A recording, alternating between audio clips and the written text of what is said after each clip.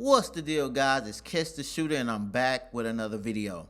Today's video is going to be a story time about how I was robbed at gunpoint for my camera. I've told this story before to, my friend group, but I've never told this story on YouTube or on the internet, period. So I figured now that I'm really over it, it's like far behind me and I feel like I've healed from the situation, that it would be a good time to share this story on this YouTube channel where I talk about cameras and people maybe with other cameras and stuff, could, just be on point. So this day, I'll never forget. It was a Friday, January something. It was early into the year. We were out shooting a gold digger prank. So for those that don't know, I film gold digger pranks for a lot of YouTubers. And if you know anything about gold digger pranks, there's cars, there's pretty girls, and a lot of the time there's jewelry involved, which is a combination for a lot of attention.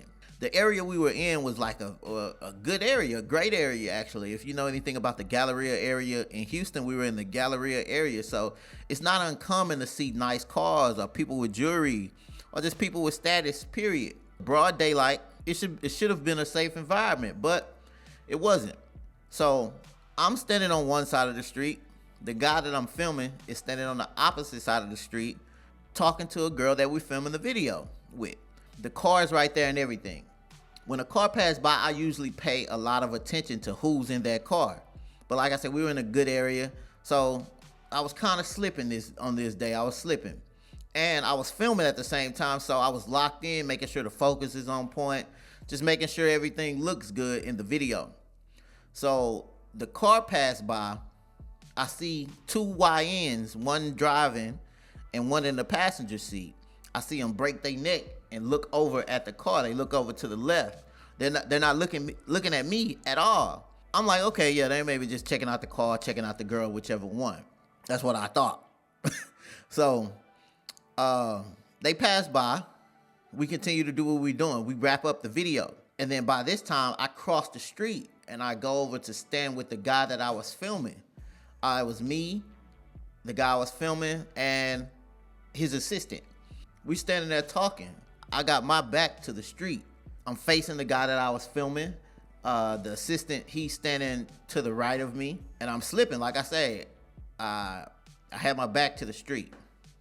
We're standing there for a minute talking, wrapping up the day. We had probably filmed over 12 videos on this day, and this was the last one. We were done with the video. We just standing around, about to go our separate ways.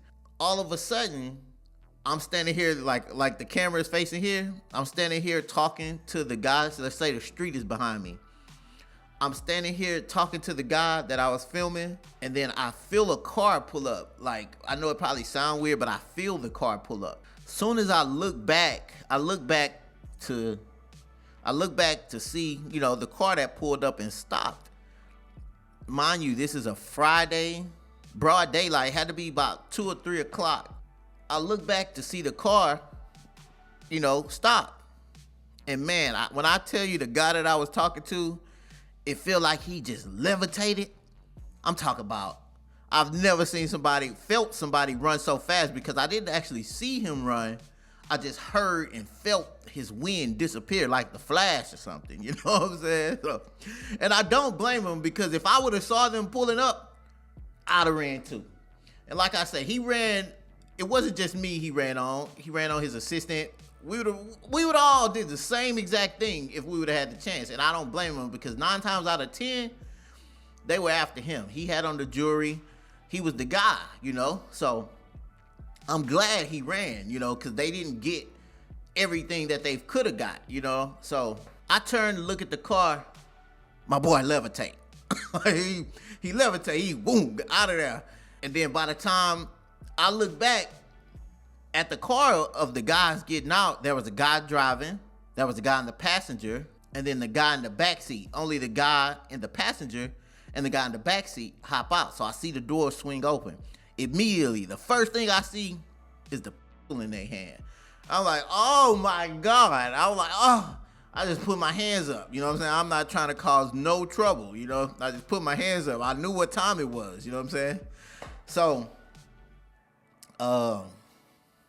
It's funny to think back on it now. You know what I'm saying? At the time, in the time that it happened, I was kind of just paranoid of being outside because I'm outside all the time with my camera, and I've never felt someone would jump out on me with a gun to try to take this camera from me. You know what I'm saying? So yeah, they hop out like, don't run, don't run. They draw down on us like, don't run, don't run. I'm like, I ain't going nowhere. You know what I'm saying? Like, get this and get on. You know what I'm saying? So me and the assistant is standing here. They go in his pocket. They go in his pocket. Later on, he told me the guy put the gun in his pocket. So, and mind you, I had my gun on me as well. We live in Texas, so carrying a gun is legal, but I'm smart, man. Like I say, the assistant guy is standing in between me and the guy that's going in his pocket is behind him. And another guy, the guy that jumped out the back seat, is standing right to my left side, pointing the gun at me. So I could have been like stupid and like, try to pull out and got us both hurt or even worse, you know? So I had my hands up and then I was slowly bringing them down, and then something was like, don't do that. Like, I just stopped and I was like, no, don't, just let it, you know what I'm saying? Let it be. They go in his pocket. The dude that's on him is like, where your wallet? Give me the wallet. Give me the wallet. My boy like getting the wallet. And he had a chain on as well. And they snatched his chain, and I'm standing there. I had my camera bag in my left hand. at the time. I'm standing there with both hands up. I'm like, oh, hurry up, get it over with. You know what I'm saying? Just get it and go, you know? So they take his chain, take his wallet, and they just literally saying, don't run. And then the guy that was still in the car, he was saying, just don't move, just don't move. And I'm like, man, I'm not, bro. Trust me, I'm not, bro. I was just like trying to be relatable, you know, like, bro, I don't care about none of this. Just hurry up and go, you know? So after they took his wallet, snatched his chain off his neck, they jumped in the car. Well, he jumped in the car. And the guy that had the gun on me at the time, he was just standing there. He turned around to get back in the car, but then he turned back around and took the bag out of my hand. I said, oh, my heart, you know, I didn't say this out loud, but that's just what I'm thinking. You know what I'm saying? Like, oh my goodness. My camera, it was the A7 III at the time. And mind you, I had footage on there. The footage that we shot that day, 70 to 200 lens. You know how much that cost at the time. And I want to say I had like a 16 to 35 in there as well. And probably like some other little trinkets, ND filters and stuff like that. But yeah. So he grabs my bag. He turns around, he grabbed my bag. We're in a very public area. If you're familiar with the Galleria area, we were in the Galleria area. And when they was robbing us, oh yeah, something else. When they were robbing us, it was people walking by. It was white people walking by. I'm talking about literally walking their dog, and we were standing on the sidewalk getting robbed, and they literally walking around us, bro. Like, they walking around us like nothing's happening, you know? I'm just like, y'all don't see this? Y'all ain't peeping this? Like, call the police or something, you know what I mean? They just kept walking. And yeah, so they hop back in the car, and they drive off. I was thinking I was just gonna step in the street and just pew the car up, you know what I mean? But I had to think and be rational and know the laws, because once someone is leaving here in Texas, yes, it's an open carry state and a concealed carry state, but if they're leaving, you can't shoot, you can't pew at them. So, and we were in a ultra public place, like I say, the Galleria area, on a Friday at like 3 o'clock. So there's people walking their dogs. I don't know if it was kids out there, just a bunch of variables that kept me from just shooting into the car, pewing into the car, and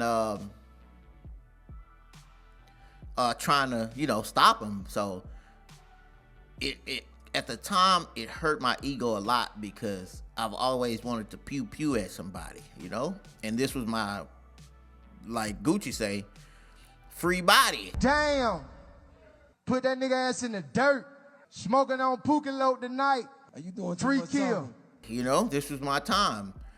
But I had to be sensible. I had to make the right decision for me and everybody else that was outside that day. So yeah, they get into the car and they drive off. And I'll never forget, man, they were in a blacked out CTS Cadillac. And till this day, every time I see a blacked out CTS Cadillac, I always look in the car to see who it is, you know? Like, that's how it happened. Something that I would probably do different is I wouldn't have lingered out there. I wouldn't have been just standing around, especially if I'm with somebody that's in a Lamborghini. They have on jewelry and stuff like that. A lot of people, when I tell them this story, they think one of the girls set us up. But I used to feel that same way, but I don't feel that way anymore. In that area, there's a lot of stuff that happened after we were robbed. A couple more people were robbed those following months, and then they end up uncovering the people that were doing the robbing. So yeah, there's things I would definitely do different, and there's certain precautions that I take now when I'm out with my camera that I didn't, think about taking at the time. What they took from me that day was a peace of mind, but now I'm back normal. I don't think about that no more. Of course, I'm still aware of, it could happen. I just move a little different. I've lived in Houston for most of my life, and I was born here, I was raised here, and I've never had to go through anything like that. But at the same time, before that, I was never really hanging around people that were in Lamborghinis. I was hanging with the people that was looking for the people in the Lamborghinis, But yeah, I don't know how this story is gonna come across, if people would understand from the way I explained it. But I just wanted to get on here and let people know, be careful, man. When you're out with the camera, the word is out now. People know how much these things cost, and people need money, So when you're out with your camera, man, be careful. Be careful of your surroundings. Be careful of who you're with. Because I know of a videographer that lost his life filming a music video. Had nothing to do with him. He was filming a music video out in the Galveston area at a gas station, and the people that he was filming with had beef with another group, and that other group rolled by and just shot the whole gas station up. And he's the only one that was hit in that, and he passed away and didn't make it back to his family.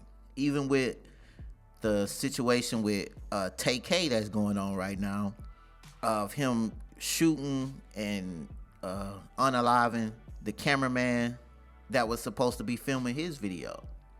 The dangers of videography are not really, or just camera work period, are not really discussed, and the safety is not really discussed. Like I say, I live in Texas. I'm lucky enough to live in an open carry state. But even before it gets to that, man, the precautions have to be taken to keep yourself safe so that you can make it back to your family at night. So if you don't take nothing else from this video, like I said, I don't know if the way I told the story was completely digestible, or even if I sound like I'm making light of the situation. It's not a situation to be taken lightly, and safety is not a situation to be taken lightly. Take care of yourself, man. Like, all money is not good money. If you feel like you have to be in a dangerous situation when it comes to shooting that video, or if people that you're shooting that video for is waving the pew-pews around at you, man, don't take that job. Like, don't take that gig, because there's no amount of money worth not making it back to your family at night, or having your family get a call that something happened to you, or even you having to do something to somebody to keep something from happening to you. Be careful, man. Like, be careful. life is very, very precious. And some things we can't control and some things we can. Control the things that you can. So that's gonna be everything for this story time, man. I don't know if this story was told in a point where the complete story was able to get across to you in camera land, but I have a ton of stories. One time I'm not gonna tell this story. I saved this story for another video if you guys feel like it's important. I was filming a video for Gucci Mane, and he sent us to a store. It was just, he had just got out of prison. It was crazy.